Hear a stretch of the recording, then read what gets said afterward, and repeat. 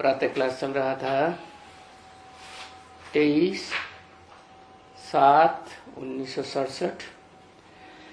पहले पेज की मध्य में बात चल रही थी सदगुरु की निंदा कराने वाले वो जो ठोर कहते हैं वो क्या है?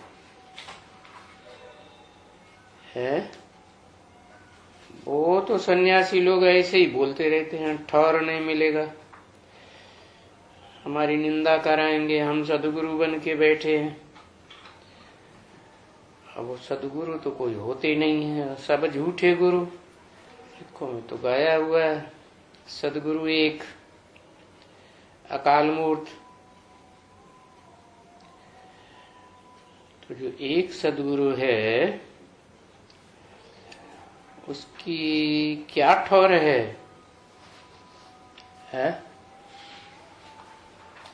उसके भी पास क्या ठौर है? वो तो खुद ही परम धाम का वासी है, शांति धाम ठौर है। हाँ, लेकिन हिसाब ये है कि जो जितना पहले जाएंगे उतना ऊंचा ठौर मिलेगा। इस संसार में भी पार्ट बजाएंगे तो नीचा पार्ट नहीं बजाएंगे। जो पहले पुरुषार्थ करके पहुंचेंगे वो तो जो वो कहते हैं कि ठौर नहीं मिलेगा कि हम नारायण बनेंगे या लक्ष्मी बनेंगे, भाई वो नहीं तुमको मिल सकेगा।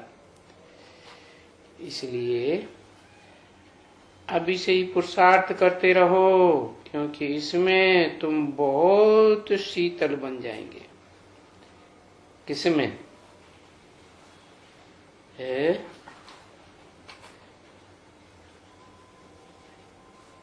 जो याद का पुरुषार्थ है, उस याद के पुरुषार्थ में तुम बहुत शीतल बन जाएंगे। तुम्हारे ये जो भी अंदर में ये 5 विकार की ये अभी सभी बातें हैं वो सब निकल जाएंगी ऐसे करने से। कैसे करने से? याद में रहने से। तो बाप ही बाप, बाप के अलावा और कोई बात ही नहीं। जहां देखने में आए वहां बाप। जैसे वो भक्ति मार्ग में कहते हैं ना, राधे ही राधे, जहां देखो वहां राधे। अब बाप कहते हैं कि मेरे को याद करने के लिए तुम बुद्धि योग लगाएंगे तो वो ताकत मिल जाएगी, और बहुत ताकत मिल जाएगी। तो बाप ही बाप को याद कर। है ये क्या बात? इसका क्या मतलब? कि बाप ही बाप को याद करे है?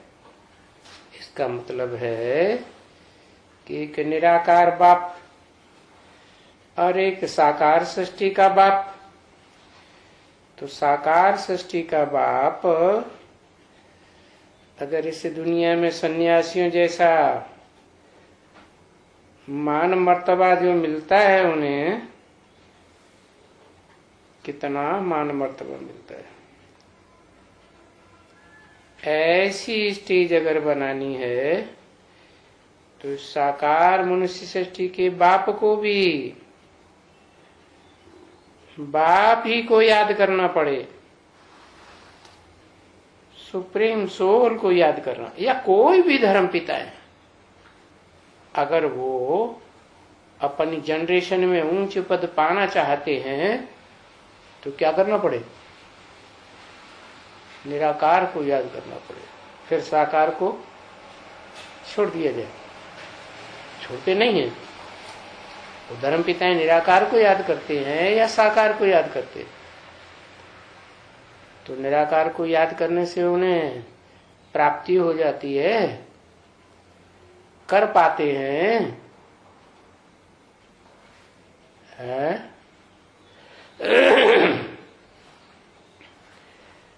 कर पाने वाले पात्र हैं। जैसे उन्होंने नाम रख दिया करपात्री जी महाराज, तो करपात्री महाराज तो वो तो झूठे हो गए। वास्तव में बाप को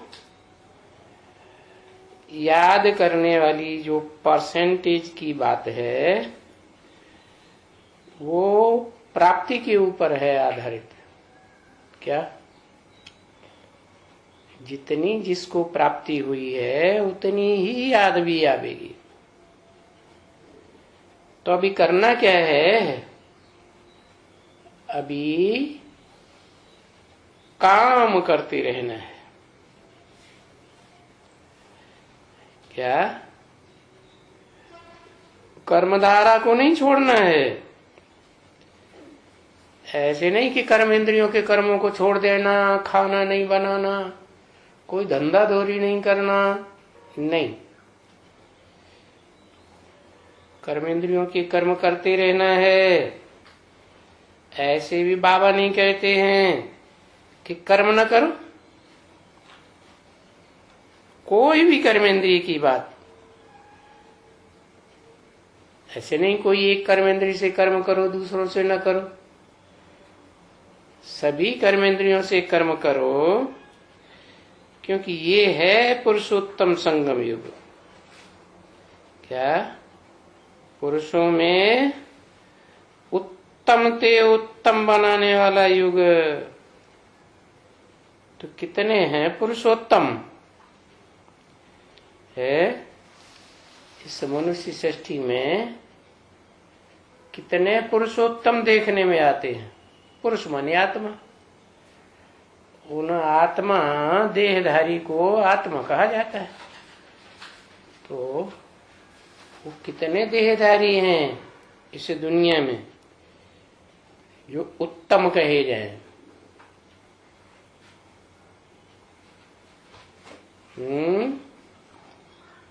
बताओ। 8।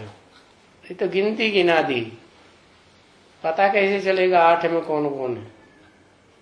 एक ही पुरुषोत्तम है, नंबरवार नहीं है, उनकी डायनेस्टी नहीं चलेगी है। माने एक ही धर्म पिता है, वो पुरुषोत्तम है, और बाकी कोई भी पुरुषोत्तम नहीं बनते। नंबरवार तो बनते हैं ना। तो याद की यात्रा में भी नंबरवार हैं। क्या? कोई शॉर्टकट रास्ता पकड़ने वाले होंगे, कोई सहज रास्ता पकड़ेंगे, तो जल्दी कौन पहुंचेंगे? है शॉर्टकट वाले जल्दी पहुंचेंगे कि सहज रास्ता पकड़ेंगे वो जल्दी पहुंचेंगे?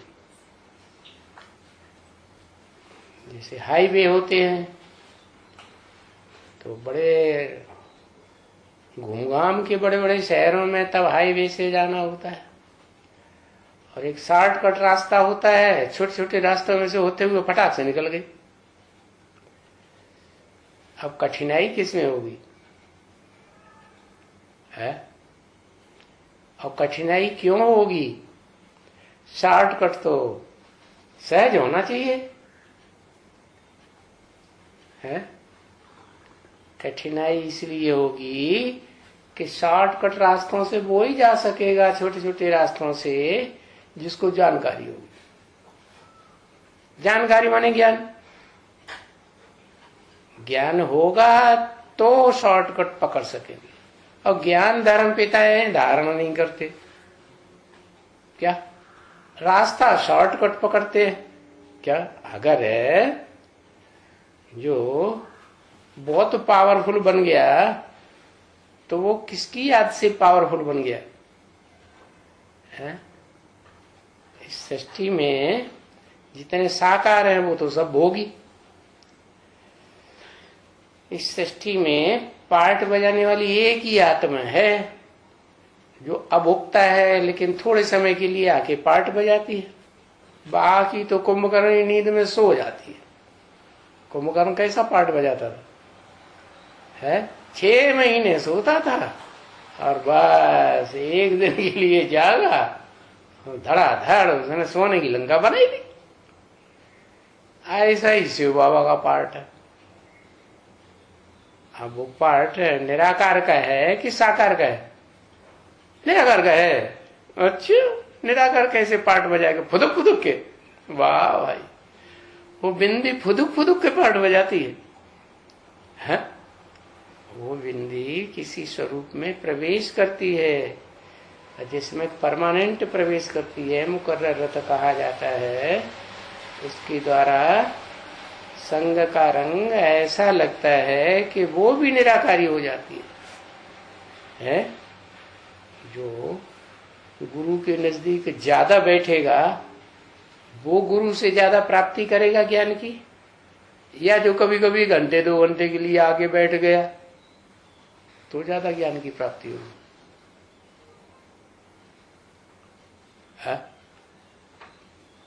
अरे कोई जवाब नहीं, न हाँ न ना।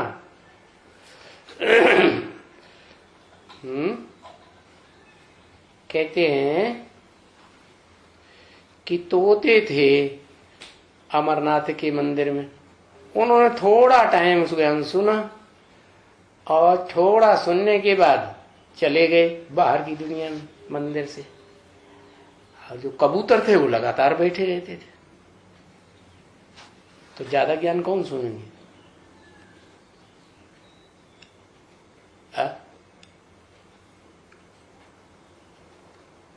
कबूतर सुनेंगे कि तोते सुनेंगे? है तोता ने थोड़ा टाइम आया, इसलिए माता जी 1 घंटा जाती है, बाकी सब अपने सगे संबंधियों से बातें करते हैं, करने में ज्यादा टाइम लगा देती है माता जी।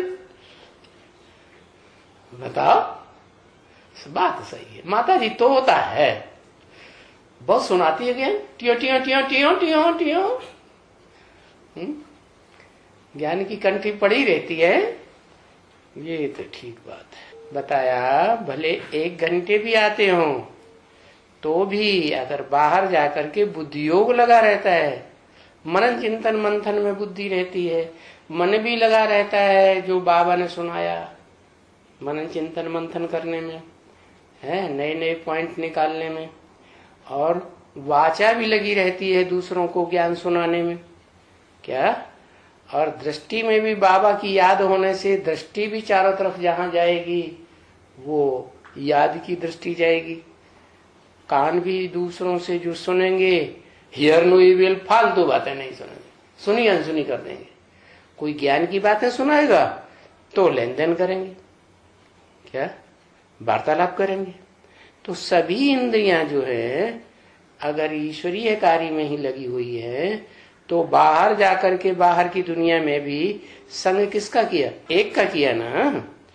तो यही बात है, वो जो कर्म बनेगा बाहर की दुनिया में वो कर्म अकर्म हो जाएगा, क्योंकि ये पुरुषोत्तम संगम युग है, पुरुषों में उत्तम बनाने वाला युग है। और कोई संगम युग इतना उत्तम नहीं होता है। ऐसे तो सतयुग त्रेता का भी संगम होता है, त्रेता द्वापर का भी संगम होता है, द्वापर कलयुग का भी संगम होता है, लेकिन वो संगम जो है उनमें कोई पुरुषोत्तम प्रसिद्ध नहीं होता पुरुषार्थ करके। और इस युग में नंबरवार पुरुषोत्तम प्रत्यक्ष होते हैं। ऐसे नहीं स्वर्ग में ही होते हैं, नरक में भी होते हैं। क्या? नरक में धर्म पिता है, पुरुषोत्तम है ना। पुरुष माने आत्मा, पाठधारी आत्माओं के बीच में वो उत्तम नहीं है। दुनिया उनको बहुत पावरफुल नहीं मानती, नहीं है, दुनिया पावरफुल नहीं मानती है? मानती है तो फिर उत्तम हुए कि नहीं? नहीं हुए। क्यों नहीं हुए? कारण बताओ। क्या कारण? कैसे माने कि उत्तम नहीं हुए? हैं, सच्चे नहीं है। फिर सच्चा कौन है? पुरुषोत्तम कौन है फिर? है कौन? नरक की दुनिया में, द्वापर कलयुग द्वैतवादी दुनिया में पुरुषोत्तम कौन है फिर? अल्लाह, पुरुषोत्तम कोई है ही नहीं, और बस वो धर्म पिताएं ही पुरुषोत्तम। उसके लिए कह दिया नहीं है कोई, एक ही पुरुषोत्तम है। अब वो एक है तो बताना पड़ेगा ना, है कौन है अव्वल नंबर पार्टदारी नरक की दुनिया में? शिव बाबा है। कहां है? किस नाम रूप से किस देश में पार्ट बजाया? अव्वल नंबर पार्टदारी है आदम। कहां है? अरे आदम का तो नाम लेते हैं, आदम को जानते कहां? बस सिर्फ इतना जानते हैं कि द्वापर के आदि में कोई आदम था और ईव के साथ रह करके उन्होंने खुदा की जो श्रीमत थी उसकी अवहेलना कर दी, तो उनको नरक में ढकेल दिया गया। तो नरक में ढकेल दिया गया उससे पहले की बात हो गई ना। इसका मतलब वो तो नरक में ही आते हैं, स्वर्ग में तो आते ही नहीं। तो उन्हें कैसे मालूम? उन्हें तो झूठी बात है क्या, एक कल्पना बना ली ना। तो फिर बताओ, नरक की दुनिया में पुरुषोत्तम कौन? अरे होता भी है या नहीं होता है? माता जी कहते हैं नहीं होता है। नहीं होता? होता। अभी कहते होता है, अभी कहते नहीं होता है। घड़ी घड़ी बात बदलते रहते हैं। है? गुप्त है। अच्छा, गुप्त माने प्रत्यक्ष ही नहीं होता है? अगर प्रत्यक्ष ही नहीं होता है तो फिर संसार में उसे कोई पहचान भी नहीं पाएगा, भारतवासी भी नहीं पहचान पाएंगे। जो भारतवासी कहते हैं कि भगवान तो साकार होता है, निराकार नहीं होता। निराकार होता है लेकिन साकार के द्वारा प्रत्यक्ष होता है। तो निराकार साकार मिलकर के एक हो गए। लिख दिया है सगुण न गुण भेदा उभय हर भव संभव भेदा। माना वो निराकार की याद भी इस संसार के दुखों का हरण कर सकती है अगर कोई निराकारी याद में टिके तो। और साकार की याद में जो टिकने वाले हैं उनको भी यही प्राप्ति होती है, उनको भी मुक्ति, जीवन मुक्ति मिलती है। लेकिन अंतर क्या है? कुछ अंतर होगा कि नहीं होगा? है? अंतर ये होता है कि निराकार को याद करने वाले जो है वो क्षिप्र गति वाले होते हैं। क्या? क्यों? निराकार में ऐसी क्या खास बात जो क्षिप्र गति वाले होते हैं? क्योंकि इस सृष्टि पर जो भी मनुष्य आत्माओं ने पाठ बजाए, देव आत्माओं ने पाठ बजाए, ऋषि मुनियों ने पाठ बजाए, वो कितना भी लंबा पाठ जन्म जन्मांतर का उनका चला हो, लेकिन वो दुनिया को नहीं सुधार सके। जन्म जन्मांतर उन्होंने यही काम किया लेकिन सुधार नहीं ला पाए। और वो निराकार क्या करता है? कितने टाइम में सुधार कर देता है? शॉर्ट टाइम में सुधार कर देता। तो ऐसे को याद करेंगे जो शॉर्ट टाइम में ही सारा काम कर दे, वो ज्यादा अच्छा, ज्यादा पावरफुल या जो 24 घंटे कारखाने में चढ़ा रहे मैनेजर बन करके है, जो वर्कर्स की है वो आफत ही मचा दे। ये नहीं किया, वो नहीं किया, ऐसे करो वैसे करो, जहाज पहुंचेगा वहां हड़कंप मचा देगा, काम कुछ भी नहीं हो पाता। तो फायदा क्या हुआ? मैनेजर वो अच्छा जो सारे दिन में 1 घंटा आए ज्यादा से ज्यादा और सारी व्यवस्था करके मैनेजमेंट करके वापस घर में आराम करे। जितना बड़ा आदमी होता है, जितना बड़ा ऑफिसर होता है, वो उसको कम काम सौंपा जाता है जिम्मेवारी का, या 24 घंटे लगातार 8 घंटे 10 घंटे 12 घंटे काम ही करते रहो, वो सौंपा जाता है। वो तो मजदूरों का काम है। तो बताया ये पुरुषोत्तम संगम युग है, कर्म करने की बलिहारी है। कर्मेंद्रियों से कर्म करते हैं, देखने में आता है, लेकिन फिर भी कर्म जैसे नहीं करते। क्यों? क्योंकि जो भी कर्म करते हैं उसकी रिसीविंग जो है, जब तक मन न करे तब तक उसका कोई रिजल्ट नहीं निकलता। तो मन ने जो रिसीविंग किया वो तो तब तक रिसीविंग किया जब तक मन कंट्रोल में नहीं है, और मन को बांध के डाल दिया, बस में कर लिया, तो मन तो बसीभूत हो गया। तो गायन चलता है, मन जीते जगत जीत। मन को जीत लिया माना मन जो सबसे पावरफुल इंद्रिय है नरक की दुनिया में, वो काम इंद्रिय को भी जीत लिया समझो। तो कहते हैं काम जीते जगत जीत। तो बताया कि वो बात नहीं है। पिछाड़ी में कलयुग में जो कर्म करते हो ऐसे कर्म करो जो विकर्म न बने, नहीं तो क्या होता है, पाप कर्म बन जाता है। विकर्म का मतलब ये है विपरीत कर्म न बने। है विपरीत कर्म तब बनेगा कि जब मन ग्रहण करेगा, नहीं तो नहीं करेगा। नहीं करेगा तो कर्माकर्म हो जाएगा। तो अभी ये संगम युग है। इस संगम युग में ये बात सीखनी है।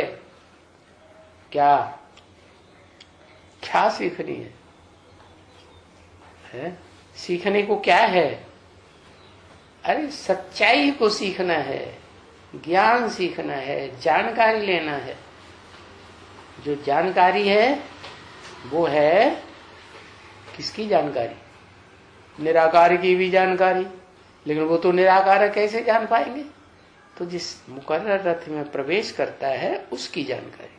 और उसकी जानकारी कैसे लेंगे? कैसे पता चलेगा कि वो साकार व्यक्तित्व तो इस सृष्टि पर जिसे आदम कहा जाता है वो इस दुनिया का सबसे पावरफुल व्यक्ति है? तो वो सिर्फ है ज्ञान। ज्ञान के आधार पर। वो ज्ञान सच्चाई कैसे पता चले? यही ज्ञान है। तो सच्चाई ज्ञान की पता चलती है कि उस ज्ञान को कोई काट नहीं सकता। ज्ञान तलवार कही जा सकती है ना, पावरफुल बढ़िया तेज वाली तलवार होगी तो वो सबको काटेगी, पेड़ों को भी काटेगी, दरख्तों को भी काटेगी, हड्डियों को भी काटेगी, गला भी काटेगी, सब कुछ करेगी। लेकिन उस तार को जो इसमें भरी हुई है तेज, उस तलवार को कोई नहीं काट सकता। तो इसमें सीखना होता है। क्या सीखना होता है? ज्ञान सीखना। ज्ञान की तलवार क्या है, कैसे है, किस गहराई में है, कि यहाँ ये सीखना होता है। ऐसे नहीं कि स्वर्ग में जावेंगे तो वहां कुछ सीखने की दरकार रहती है। नहीं, ये सीखना करना इस दुख की दुनिया में ही होता है। यहाँ की सिखावट वहां साथ में चली जाएगी। क्या सिखावट है? ज्ञान की सिखावट वहां साथ में जाएगी। कैसे साथ में जाएगी? उस ज्ञान का जो सार है, मैं आत्मा ज्योति बिंदु, वो सार में तब ही टिक सकेंगे जब ज्ञान पूरा गहराई में मिला हो। है पूरा गहराई में कल्प के अंत में सभी आत्माओं को ये ज्ञान मिल जाता है कि वो निराकार क्या है और वो साकार क्या है। साकार में वो निराकार प्रवेश करके दोनों एक हो जाते हैं। आप समान बनाए देता है, तभी तो कहा जाता है शिव शंकर भोलेनाथ। पहले शिव, फिर शिव ने प्रवेश किया शंकर में तो हो गया। भोले भाले दो शब्द को जोड़ देते हैं। जिसने पहले प्रवेश किया वो है भोला, जिसमें प्रवेश किया वो नंबर 2, तो हो गया भाला। अब दोनों मिलकर के कार्य करते हैं। एक सुख का सागर और दूसरा है, एक सुख का सागर प्रवेश करता है तो सुख का सागर आप समान बना के जाता है, फिर जब चला जाता है तो धीरे धीरे उतरना होता है। उतरते उतरते सतयुग, त्रेता, द्वापर, कलयुग, 4 सीन में नीचे उतरते उतरते वो संग के रंग में आते आते एकदम तामसी तमो प्रधान बन जाता है। तो देखो संग के रंग की सारी बलिहारी है क्या, वहां सीखने की कोई बात नहीं रहती है सतयुग में या स्वर्ग में। यहाँ की सिखावट ही साथ में जाएगी, तो वो सिखावट से सीखनी है, जिससे सीखनी है उसको पहचानना पड़े, उसके नजदीक आत्मा को रहना पड़े, तो मंजिल है, बहुत भारी इसमें मंजिल है। बाहर मुखता से ये अच्छी बातें बुद्धि में नहीं बैठेंगी। बहिर्मुखता बाहर की दुनिया के संग के रंग में ले जाएगी, और अंतर्मुखता हाँ अंतर्मुखी बनाई देगी। इसको कहा जाता है अंतर्मुखता। तो अंतर्मुखी भव, क्या जो मन बुद्धि है और जो भी संकल्प है मन में, वो सारे अध्यात्म जिसे कहा जाता है, आत्मा के अधिमने अंदर चला जाए, गहराई में। वो लोगों से कह देते हैं समाधि, सम अधि, सम माने संपूर्ण, अधि माने समाधि में चले गए। और समाधि हमाधि में कुछ नहीं जाते, बस प्राणायाम के जरिए श्वास प्रश्वास को रोकने की प्रक्रिया सीख लेते हैं और नील में चले जाते हैं। ज्ञान व्यान कुछ नहीं, नील। ये भी नहीं कि ज्योति बिंदु की याद रहे, ज्योति बिंदु की याद रहे तो आत्मा को भी पहचाने। हो तो अभी तो आत्मा कोई नहीं पहचानते, परमात्मा को कहां से पहचानेंगे, फिर सुप्रीम सोल को पहचानने की तो बात ही नहीं। तो अंतर्मुखी भव, क्योंकि वो समय तो आएगा ना, क्या जबकि तुमको कुछ भी कोई ये बैठ करके भाषण आदि नहीं सुनने होंगे, क्या टाइम ही नहीं होगा। जो मजे में लगा है गुरु लोग और भाषणबाजी करें, क्या हमारी भाषणबाजी से कोई समझेगा? नहीं, ये तो वाइब्रेशन से सारी दुनिया सुधरेगी। ये वाचा के बल से, ये कर्मेंद्रियों के बल से ये सारी दुनिया का सुधार नहीं होने वाला है। कोई भाषण सुनने का टाइम नहीं दे पाएगा, भाषण कोई करेगा भी नहीं, भाषण करने वाले सब भाग जाएंगे। क्या कुछ भी नहीं रहेगा, भाषण करने की बात नहीं, ये सब अंतर्मुख हो जाएंगे तुम बच्चे। बस पीछे और कुछ भी नहीं, क्या रह जाएगा? धंधे दौरी खत्म हो जाएंगे, भाषणबाजी खत्म हो जाएंगी, ज्ञान व्यान खत्म हो जाएगा, तो क्या रह जाएगा? एक बाप दूसरा न कोई, सिवाय एक बाप के कोई की बुद्धि में कुछ भी नहीं रहेगा। क्योंकि जब आए थे तो भी ऐसे ही ज्योति बिंदु बन के आए थे ना, ऐसे है ना। कोई की याद तुमको नहीं थी, क्या परम धाम से आए थे एक ज्योति बिंदु आत्मा। जब यहां गर्भ से बाहर निकले तो तुमको मालूम पड़ा। ये बात बाहर की दुनिया की भी यही मिसाल है। क्या कौन है अम्मा, कौन है बप्पा, कुछ पता नहीं रहता गर्भ में। तो ऐसे ही है, ये जो बड़ा गर्भ महल है ना, वो क्या है? है? क्या नाम दें? अरे कल नाम बताया था ना, जो बड़े थे बड़ा ज्ञान गर्भ महल है। बड़ा ध्यान से सुनते ही नहीं है, नहीं याद रहा। हिरण्य गर्भ, क्या नाम दिया? शिवलिंग बनाया है ना यादगार, उसमें सोमनाथ मंदिर में है आत्मा की यादगार, ज्योति दिखाई हीरे की, वो तो आत्मा हो गई, बिंदु हो गया, बीज हो गया। और वो बीज बाप जब माता में प्रवेश करे, उसका अंश मात्र भी प्रवेश करे तो गर्भ में पलता है। वो गर्भ कहा जाता है हिरण्य गर्भ। हिरण्य माने वो भूल गए है। हिरण्य माने क्या बताया? हिरण्य माने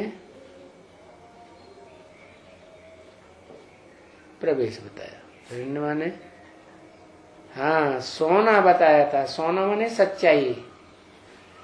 कैसा गर्भ? सच्चा गर्भ। और बाकी जितनी माताएं हैं उनके गर्भ कैसे हो गए?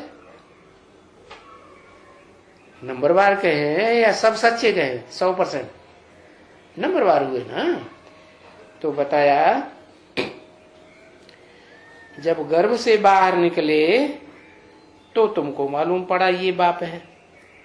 ऐसे ही ये गर्भ है परम ब्रह्म। उस माता का नाम क्या है? बड़े थे बड़ी माता, परम ब्रह्म। उस गर्भ में जब तक हैं, कल्पांत काल होता है, महाविनाश होता है, तो सभी बिंदु बिंदु बिंदु बिंदु आत्माएं 500-700 करोड़ मनुष्यों की भी, पशु पक्षियों जानवरों की भी प्रवेश कर जाती है। किसमें? वो ही एक शिव ज्योति बिंदु जिसे कहा जाता है शिव शंकर भोलेनाथ। प्रवेश करके वो गर्भ में प्रवेश कर गई ना। क्या शरीर में प्रवेश करती है कि आत्मा आत्मा में प्रवेश कर जाती? शरीर है ना, शरीर में आत्मा भी है और आत्मा का कनेक्शन पूरे शरीर से होता है। ऐसे तो नहीं है कि आत्मा को गोली मारे भ्रकुटी के मध्य में तो बस आत्मा भाग जाएगी और शरीर रह जाएगा, काम करता रहेगा। नहीं, आत्मा का कनेक्शन है ना शरीर से, और प्रत्येक अंग से कनेक्शन है। उंगली भी काट देते हैं तो जब तक उस कटी हुई उंगली में से वो निकल न जाए, क्या खून, वो न बन जाए पानी जैसा, तो तब तक वो आत्मा जो है वो उसमें हरकत करती रहेगी। आत्मा की शक्ति। छिपकली है, कभी उसकी पूंछ कटी हुई देखी तो तड़पती रहती है थोड़ी दूर। क्यों? छिपकली की आत्मा की जो शक्ति है वो उसमें जब तक रहेगी, निकल नहीं पाएगी पूरी, तब तक वो तड़पन करती रहेगी। तो ऐसे ही ये जो आत्माएं हैं वो प्रवेश तो करती है, और प्रवेश करती है, जिसमें प्रवेश करती है वो हो गया हिरण्यगर्भ। हिरण्यगर्भ माने सच्चा गर्भ है। सच्चा माने सत्य है, असत्य नहीं है। और गीता में जैसे बोला ना असतो विद्यते भावो, जो सत्य है उसका कभी अभाव ही नहीं होता। तो जो सत्य गर्भ है, हिरण्य गर्भ है, वो इस सृष्टि पर सदा कायम रहता है। चलो सदा कायम रहता है तो क्या शरीर नहीं छोड़ता? अरे शरीर छोड़ता है लेकिन सूक्ष्म शरीर धारण कर लेता है। क्या? सूक्ष्म शरीर तब तक धारण करता है जब तक वो सूक्ष्म शरीरधारी आत्मा का जो जड़ तत्व है, जो जड़ बाप से आता है, वो माता के अंदर संपन्न रूप नहीं धारण कर लेता। जब संपन्न रूप धारण कर लेता, हाथ पांव नाक आंख कान सब ज्ञान इंद्रियां कर्म इंद्रियां तैयार हो जाती हैं, तब फिर जो व्यक्ति की आत्मा है, जिसके वाइब्रेशन के अनुसार उसका शरीर तैयार होता है, वो प्रवेश करता है। तो ऐसे ये बेहद का गर्भ है। नंबरवार आत्माएं इस गर्भ में प्रवेश करती हैं, बाप का बीज नंबरवार ग्रहण करती हैं। क्या इस सृष्टि पर नंबरवार आई थी या इकट्ठी आ गई? नंबरवार आती है। तो जाएंगी भी कैसे? नंबरवार आती हैं, नंबरवार जाती है। साकार सृष्टि में आई थी नंबरवार, ऐसे ही शूटिंग पीरियड में भी ज्ञान में नंबरवार आती है। क्या? और ज्ञान जैसे अभी बताया शून्य, कुछ नहीं रहेगा, बिंदु या एक बाप, कुछ भी नहीं रहेगा। किसी मनुष्य मात्र की बुद्धि में एक बाप के अलावा कोई संकल्प नहीं आएगा। बस वो समझ लो वापस। तो जब यहाँ गर्भ से बाहर निकले तो तुमको मालूम पड़ता है ना कि ये दुनिया ऐसी है, ये बाप है, ये माँ है। धीरे धीरे आंखें देखती हैं। कोई की भी याद तुमको नहीं थी पहले जब गर्भ में थे। जब यहाँ गर्भ से बाहर निकले तो तुमको मालूम पड़ा ये बाप है, ये माँ है। नहीं तो थोड़ा ही मालूम पड़ता है। तो ये है बेहद का गर्भ। क्या नाम दिया? बोल गए। हिरण्यगर्भ, सच्चा गर्भ। तो ये हमारी मम्मा है, ये फलाना है। जब बाहर आते हैं तब पता चलता है। तो ये है बाहर की दुनिया, वो है हिरण्यगर्भ है अंदर की दुनिया। तो अभी जो आते हो तो भी इस हालत में जाना पड़े। क्या? इसी हालत में जाना पड़े का मतलब क्या है? जो इस संसार में आते हो तो बिंदु बन के आते हो, और जब वापस जाएंगे इस दुनिया से मुक्ति हो जाएगी। ये दुनिया जैसे जेल में पड़ गए, नरक की दुनिया में तो खास जेल में पड़ गए। तो इस जेल में से निकलेंगे तो कब वापस जा सकेंगे? जब बिंदु बनेंगे। हम सिर्फ एक बाप का हूं, बस उसी बाप से निकला था और उसी बेहद के बाप में समा जाऊंगा। दूसरा कोई भी बुद्धि में नहीं आना चाहिए। कब की बात बताई? कौन से युग की बात बताई है? पुरुषोत्तम संगम युग में हो।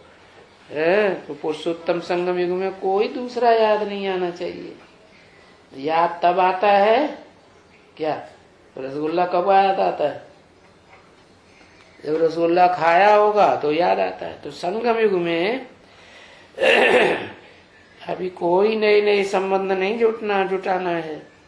अगर ऐसे करते रहेंगे तो बुद्धि वहां जाएगी, बाप में नहीं जाएगी। बुद्धि बाप में जाएगी तो बाप याद आएगा।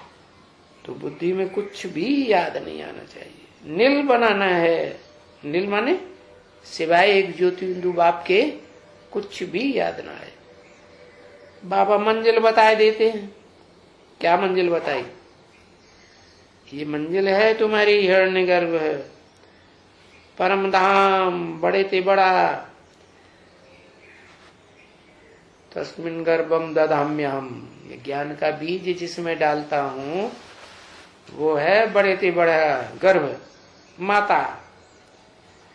तो बता देते हैं। भले टाइम थोड़ा पड़ा हुआ है? अभी कहेंगे थोड़ा पड़ा हुआ है क्या? फिर कभी कहेंगे बाबा ने जब वाणी चलाई तो थोड़ा टाइम था या लंबा टाइम था? पुरुषार्थ लंबा टाइम था। टाइम पड़ा हुआ है, परंतु शरीर के ऊपर तो कोई भरोसा नहीं है ना। कभी भी शरीर छूट जाएगा। शरीर छूट गया और फिर क्या होगा? फिर तो इतना पुरुषार्थ नहीं कर सकेंगे।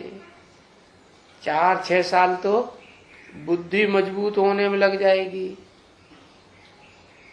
बुद्धि जब तक बच्चा बुद्धि है तो जैसा ब्रह्मा और ब्रह्मा के फॉलोअर्स का पार्ट है वही पार्ट बनेगा। कि ऊंचा पाठ बनेगा। बात की गहराई को समझ ही नहीं सकेंगे तो ज्ञान नहीं समझेंगे तो ऊंचा पद कैसे पाएंगे।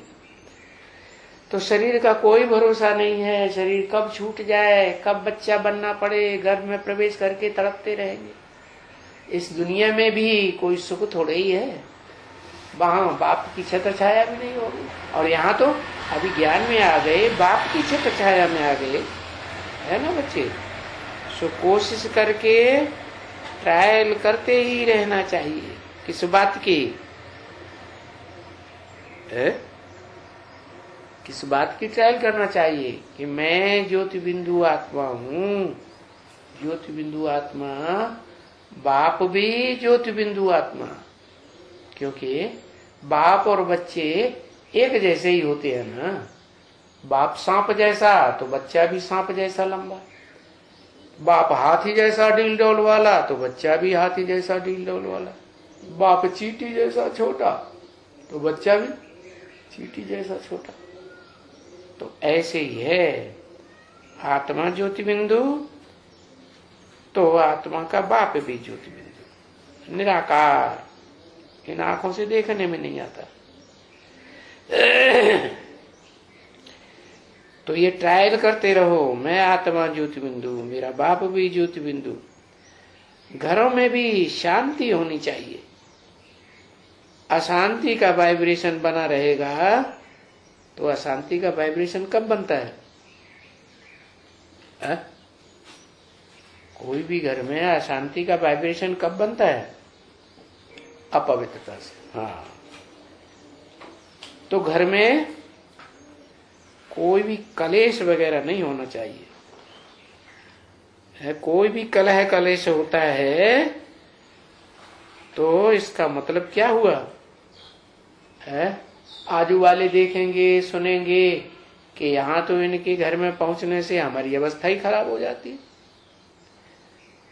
अगर यहाँ शांति होगी तो जो भी मिलेंगे, जो भी देखेंगे, जो भी आवेंगे, उनको शांति का अनुभव होगा और कुछ अच्छा नहीं लगेगा। दुनिया बिल्कुल बेकार लगेगी। एक बार उस शांति के माहौल में आ गए बस, फिर दुनिया में कहीं भी उनको इच्छा ही नहीं होगी जाने की। क्योंकि ये ब्राह्मणों का संगठन ऐसा बन जाएगा जिसमें एक भी विकारी न मन से, न तन से, न इंद्रियों से, न वाचा से, न दृष्टि से एक भी विकारी प्रवेश नहीं कर सकेगा। तो बन जाएगा, बन जाएगा, पता नहीं कब बन जाएगा। टाइम नहीं बताते कब बन जाएगा। टाइम बताया कि नहीं बताया? नहीं बताया। अच्छा, झूठ बोलते हैं। टाइम नहीं बताया कब बन जाएगा है? अरे बता तो दिया तुम बच्चों को तमो प्रधान से सतो प्रधान बनने में 40 वर्ष लगते हैं। 76 में बन गया लड्डू। 76 में आत्मा निसंकल्पी बनेगी। आत्मा निसंकल्पी का मतलब कोई गंदे संकल्प नहीं आएंगे। क्या ज्ञान में मनन चिंतन मंथन ज्यादा चलेगा। अगर कोई दूसरों का संग होता भी है तो वो कट होता जाएगा। तो ऐसा माहौल बनाना है घर परिवार का तो कोई प्रकार की अशांति न हो। और तुम बच्चे रहते हो तो शांति रहते हो। देखना है घर परिवार में भी कि कितना शांति के माहौल में रहते हैं, कितना बहिर्मुखी बनते हैं। क्योंकि शांति का वर्षा पहले ले रहे हो ना। पहले कौन सा वर्षा मिलेगा? शांति का या सुख का? पहले तो शांति का वर्षा मिलेगा ना। तो बाप को याद करते करते ये शांति का वर्षा ही याद आएगा। बाप भी तुम्हें शांति का वर्षा पहले देगा। कभी भी कोई भी तुमको देखेंगे, क्योंकि तुम हो तो कांटों के बीच में, या कौन से कांटों के बीच में? सबसे बड़ा कांटा कौन सा बताया? काम विकार। ऐसी कामियों की दुनिया में के बीच में बैठे हो। ऐसे नहीं है कि फूलों के बीच में बैठे हो, नहीं, एकदम कांटों के बीच में। तेरे की मैंने गई थी। एकदम कांटों का बीच कैसा होता है? बहुत कांटे इकट्ठे हो जाते हैं क्या? है? बहुत कांटे इकट्ठे हो जाते हैं क्या? कैसे? जैसे सर्प होता है ना, तो वो बहुत प्रसिद्ध है काम विकार के लिए। क्या कहते हैं? कामी कांटा। वहां से ही फूल बन करके निकलना भी है। क्या? एकदम कांटों के बीच में हो और वहां से ही फूल बन करके भी निकलना है। अरे ये कैसी परीक्षा! कहते दिए है काजर की कोठरी में कैसे हो जाए आन हो जाए, एक लीक काजर की ला गया पे ला गया। क्या बात समझा? काजल की कोठरी हो, उस कोठरी में काला काला काला काला काजर ही भरा हुआ है, और उस कोठरी में से कोई थोड़ी सी सुरंग है निकलने के लिए, उसमें से कोई पसार हो क्रॉस करना चाहे तो काजल की कालिमा लगेगी या नहीं लगेगी? है? तो कांटों की तरफ, कांटों से कांटा नहीं बन जाना है। बाप रे, क्या करना है? क्या करना है? बुद्धियों को उस कांटों सी दुनिया से दूर रखना है। कैसे दूर रखेंगे? काजल की कोठरी में जाएंगे और दूर कैसे रहेंगे काजल से? काजल की कोठरी तो स्थूल है और तुम्हारी मन बुद्धि रूपी आत्मा तो सूक्ष्म है। तो जितना आप सूक्ष्म को याद करते रहेंगे तो वो बंद हो जाएंगे। क्या? कांटों का जो दुख दोने का तबक्का है वो शांत होगा और तुम भी शांत रहेंगे। कुछ भी कोई उल्टा सुल्टा बोलते भी है तो भी बोलने दो, जो जैसा बोलेगा वो वैसा पाएगा। शांति, क्योंकि है ही आत्मा शांत स्वरूप। क्या है? आत्मा क्या है? तो अपने स्वरूप में टिकने का मतलब क्या हुआ? आत्मिक स्वरूप में टिकना है तो शांति ही रहना है ना। अगर बीच बीच में अशांत हो रहे तो देहभान में रहे या अशांत हुए हैं, देहभान में आ गए। तो जब आत्मा अपने स्वधर्म में है तो शांति है, नहीं तो अशांति। तो उनको क्या? जब आत्मा स्वधर्म में शांति में टिक गई तो उनको क्या क्या होगा? है? कुछ होगा? कुछ नहीं होगा। कुछ होता थोड़ा ही है। तुम शांति में टिक गए माना शांति धाम में पहुंच गए। तो तुम जानते हो कि हमको शांति धाम में यानी उस घर में जाना है, उस अवस्था में जाना है। बाकी शांति की कोई धाम की बात नहीं है, ये ऊंची स्टेज की बात है। ओम शांति।